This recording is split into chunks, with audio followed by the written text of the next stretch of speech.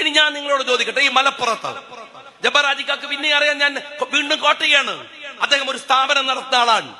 എത്ര കോൺട്രാക്ടർമാർ, മലപ്പുറം ജില്ലയിലെ ഡിവൈഎഫ്ഐക്കാർ, മലപ്പുറം ജില്ലയിലെ യൂത്ത് കോൺഗ്രസുകാർ, മലപ്പുറം ജില്ലയിലെ യൂത്ത് ലീഗുകാർ, ചെറിയ ചെറിയ കോൺട്രാക്ടർമാരാണ്.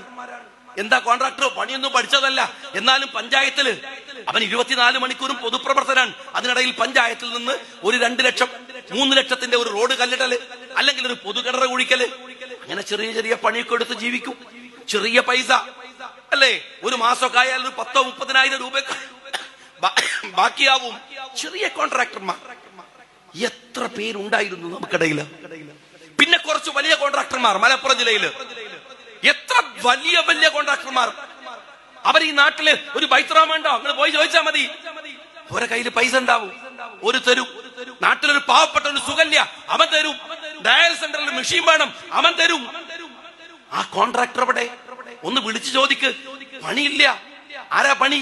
ഒക്കെ ഊരാലിങ്കലാണ്. ഡിവൈഎഫ്ഐക്കാരന് പണിയില്ല, യൂത്ത് കോൺഗ്രസ്സുകാരന് പണിയില്ല, യൂത്ത് ലീഗുകാരന് പണിയില്ല, എല്ലാം ഊരാലുങ്കൽ. എന്നാ ഊരാലിങ്കലിന്റെ പണത്തിന്റെ കണക്ക് നിങ്ങൾക്ക് അറിയോ? ആരുടെ പണാണ്? എവിടുത്തെ പണാണ്? ഞാൻ 1000 വട്ടം ചോദിച്ചു. എന്നിട്ട് ആ ഊരാലിങ്കലിന്റെ കോടികളുടെ പൈസ ഉണ്ട്. ചോദിക്കുന്ന എന്നെ സോപ്പിടാൻ വരിക. വർത്താനം നിർത്തിയാൽ പതുക്കെ. ഞാൻ ആദ്യം നിയമസഭയിൽ ചോദിച്ചു, പിന്നെയും ചോദിച്ചു. ചോദിക്കുമ്പോ പറയേണ്ടി വന്നാ പറയാം. അതിന്റെ ആൾക്കാർ വരിക.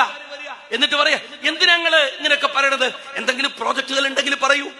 പറയുന്നതിനോടെ കോടിക്കണക്കിന് രൂപയുടെ, നിങ്ങളും ഞാനും വിചാരിക്കുന്ന പൈസ അല്ല, ആയിരക്കണക്കിന് കോടിയുടെ നിക്ഷേപം ഊരാലുങ്കലിൽ കൊണ്ടുപോയി ഇട്ടത് കേരളത്തിലെ പ്രമുഖ രാഷ്ട്രീയ പാർട്ടിയായ CPM അടക്കമുള്ളവരുടെ പൈസയാണ്, നേതാക്കന്മാരുടെ.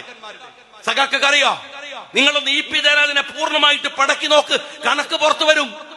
പൂർണ്ണമായി പണക്കി നോക്ക്. ഈ മുഖ്യമന്ത്രി അദ്ദേഹത്തെ കൂട്ടിപ്പിടിക്കുന്നത് കണക്ക് പുറത്തു വരുന്നതിന്റെ ഭയത്തിന്റെ പേരിലാണ്.